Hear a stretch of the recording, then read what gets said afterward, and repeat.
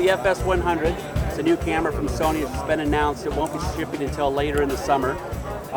It is a super 35mm sensor, which is the exact same sensor as found in Sony's other camera, the F3.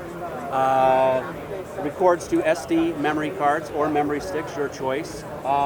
Has HDMI output. The HDMI output is 444 uncompressed, so you can record very high bit rates with this camera. And the list price is $5,800 for the body only when it starts shipping later in the summer. So it's a great alternative to digital SLRs. For people that are shooting with a 5D or a 7D or something like that, this is a great alternative because all the shortcomings you get with an SLR with no zebra, no peaking, having short record times, all those kind of things are solved with a camera like this for not too much more money, especially when you consider that this camera out of the box for about $5,000 is going to be ready to shoot, whereas with an SLR you've got to add all kinds of other contraptions and accessories to get it to the point where it will sort of work like a camcorder. This is a real camcorder ready to go with a large sensor. Yeah. What kind of mount does it have on it?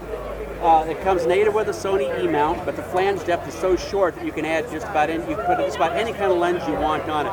You can put PL lenses on it, Nikon lenses, Canon lenses, anything that'll cover a super 35mm sensor with the right adapter for a couple $100 you can put on there and you can go with that lens. But the native mount is E mount, Sony E mount. And what sort of high-speed options do you have? It'll overcrank up to 60 frames per second at full 1920 by 1080 resolutions with no compromise to picture quality, which actually exceeds the specifications of the higher end F3, which can only do 60 frames per second in 720p mode. So full 1920 at overcrank to 60 frames per second, and it looks fantastic. Sensor size compared to the AF100? The AF100, the Panasonic AF100 is a micro four thirds sensor, which just if you compare the number of pixels on that versus this, the size of the sensor, I mean, that's 24% smaller just to start with.